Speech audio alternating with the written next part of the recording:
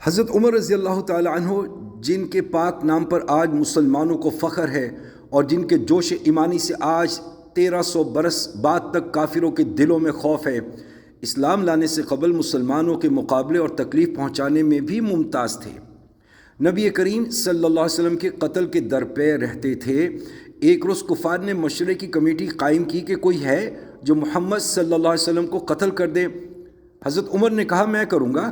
لوگوں نے کہا بے شک تم ہی کر سکتے ہو۔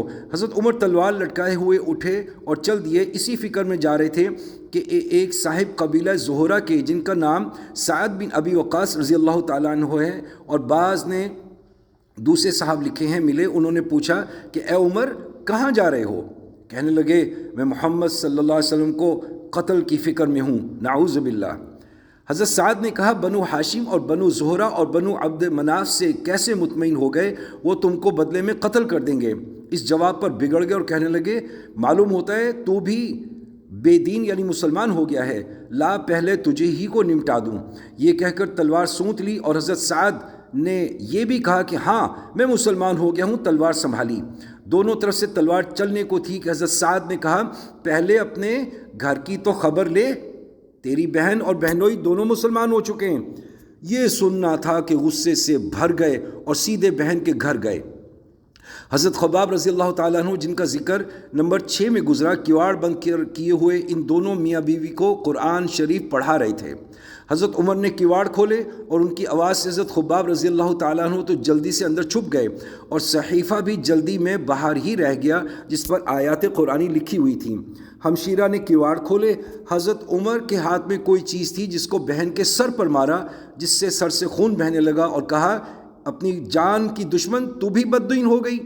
اس کے بعد گھر میں آئے اور پوچھا کیا کر رہے تھے؟ یہ آواز کس کی تھی؟ بہنوئی نے کہا بات چیت کر رہے تھے۔ کہنے لگے کیا تم نے اپنے دین کو چھوڑ کر دوسرا دین اختیار کر لیا؟ بہنوئی نے کہا اگر دوسرا دین حق ہو تب یہ سننا تھا کہ ان کی داڑھی پکڑ کر کھینچی اور بے تحاشا ٹوٹ پڑے اور زمین پر گرا کر خوب مارا۔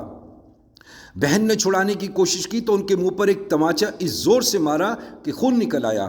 وہ بھی آخر حضرت عمر ہی کی بہن تھی۔ کہنے لگیں عمر ہم کو اس وجہ سے مارا جاتا ہے کہ ہم مسلمان ہو گئے؟ بے شک ہم مسلمان ہو گئے ہیں اور تجھ سے جو ہو سکے تو کر لے۔ اس کے بعد حضرت عمر رضی اللہ تعالیٰ عنہ کی نگاہ اس صحیفے پر پڑی جو جلدی میں باہر رہ گیا تھا اور غصے کا جوش بھی اس مار پیٹ سے کم ہو گیا تھا اور بہن کے اس طرح خون میں بھر جانے سے شرم سی بھی آ رہی تھی۔ کہنے لگے اچھا مجھے دکھلاؤ یہ کیا ہے؟ بہن نے کہا تو ناپاک ہے اور اس کو ناپاک ہاتھ نہیں لگا سکتے۔ ہر چند اصرار کیا مگر وہ بے وضو اور غسل کے دینے کو تیار نہ ہوئی تو حضرت عمر نے غسل کیا اور وہ اس کو لے کر پڑھا۔ اس میں سورہ طٰہٰ لکھی ہوئی تھی۔ اس کو پڑھنا شروع کیا اور اننی انا اللہ لا الہ الا انا فاعبدنی واقم الصلاۃ لذکری، سورہ طٰہٰ آیت نمبر 14 تک پڑھا ہی تھا کہ حالت بدل گئی۔ کہنے لگے اچھا مجھے بھی محمد صلی اللہ علیہ وسلم کی خدمت میں لے چلو۔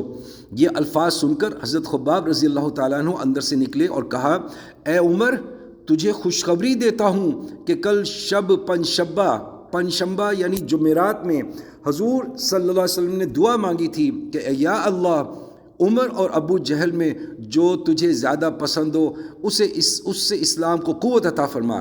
یہ دونوں قوت میں مشہور تھے۔ معلوم ہوتا ہے کہ حضور صلی اللہ علیہ وسلم کی دعا تمہارے حق میں قبول ہو گئی۔